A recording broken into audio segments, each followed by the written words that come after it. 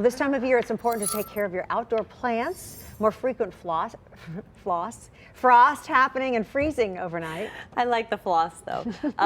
Dentists will love this story. Just kidding. How exactly do those low temperatures damage your outdoor vegetation? Here's forewarned meteorologist Stefano with the answer.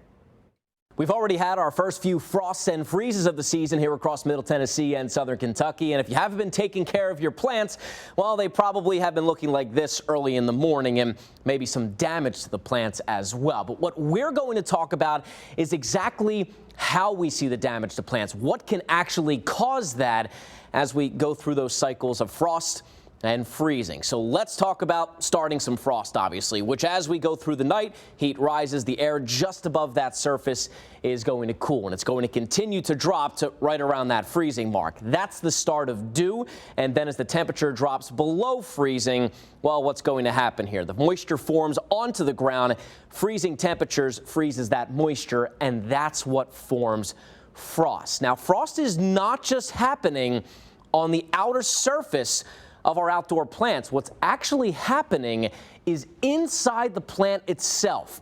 The liquid that's inside that plant tissue starts to freeze and crystallize. What that can do is it can cause damage to the cells inside that plant, and it's the damage inside that actually causes those plants to wither and pretty much die out. So that's why we tell you to cover or bring those plants in when we have a frost or freeze in our area. So what should you do if you did have some plants that got damaged because of that frost of the season? Well, you actually want to wait to remove the dead material. It's going to insulate the plant and prevent more damage for another frost or hard freeze that comes our way. It'll prevent that from getting into the root system. And speaking of the roots, if you wait until spring to prune those plants, if the root system is not damaged, we could see some pretty quick and pretty good regrowth.